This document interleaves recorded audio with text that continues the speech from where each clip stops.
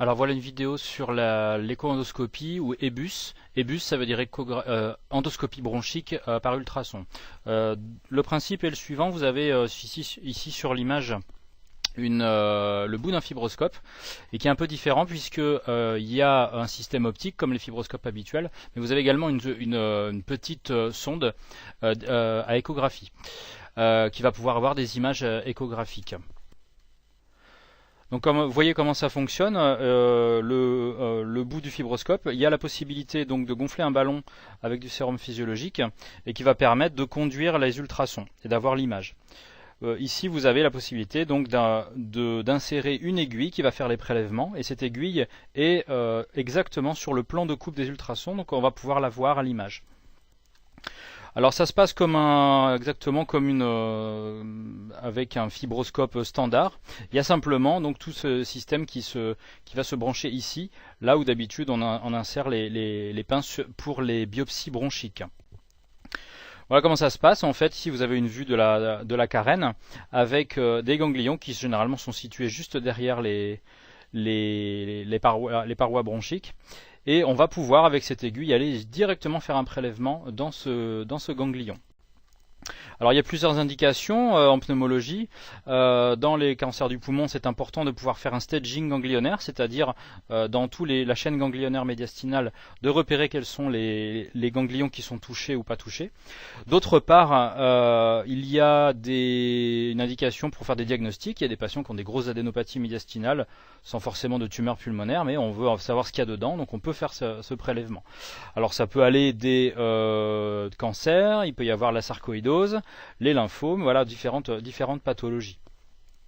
Ça peut parfois être une alternative à la médiastinoscopie qu'on va voir tout à l'heure et d'autres interventions chirurgicales un peu plus invasives.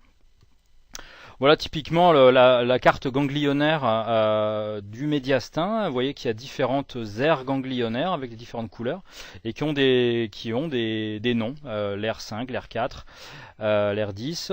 Et donc ce sont des zones qu'on va pouvoir atteindre pour la plupart avec l'écho-endoscopie. Alors certaines zones sont inaccessibles. Vous allez voir pourquoi. Ici vous avez une coupe de scanner avec la trachée ici. Vous voyez que ce ganglion 4R il est tout à fait accessible juste avec une ponction par ici.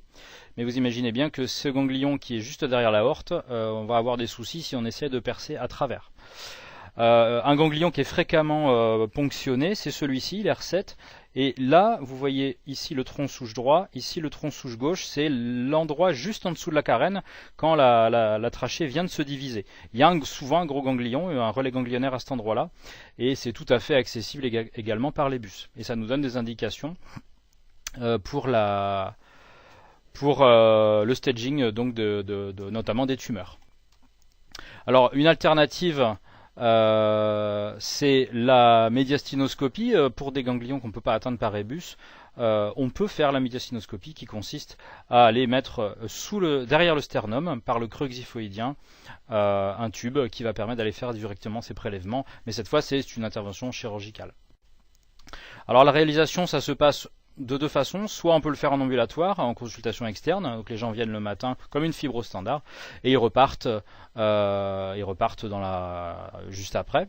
Pour des raisons de confort et un peu comme pour les fibroscopies, quand les gens où on sent que les gens vont pas, ça va être difficile sous anesthésie locale, on peut d'emblée les faire sous anesthésie générale comme ici. Ce qui peut amener un certain confort pour le patient mais également pour l'opérateur. Donc l'indication, elle est un peu au coup par coup. Ici à Pau, on peut faire les deux.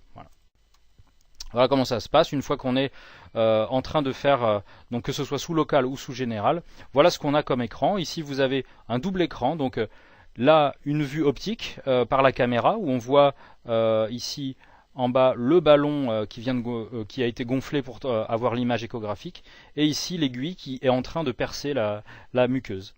De l'autre côté, on a une vue en simultané de l'échographie où on voit le ganglion et on peut voir ici l'aiguille en direct qui est en train de faire les prélèvements. Donc on sait qu'on est dans le ganglion et qu'on fait des prélèvements a priori de bonne qualité. Les complications elles sont relativement peu fréquente, il n'y a pas de complications majeures. C'est un peu comme la fibro, il peut y avoir des désaturations, mauvaise tolérance de la fibro, ça peut saigner, hein, donc il y a les mêmes précautions qu'on fait avec les fibros standards au niveau des anticoagulants. Et les complications majeures et autres sont relativement exceptionnelles et anecdotiques. Alors, généralement ça se passe relativement bien. Et voilà, merci bien.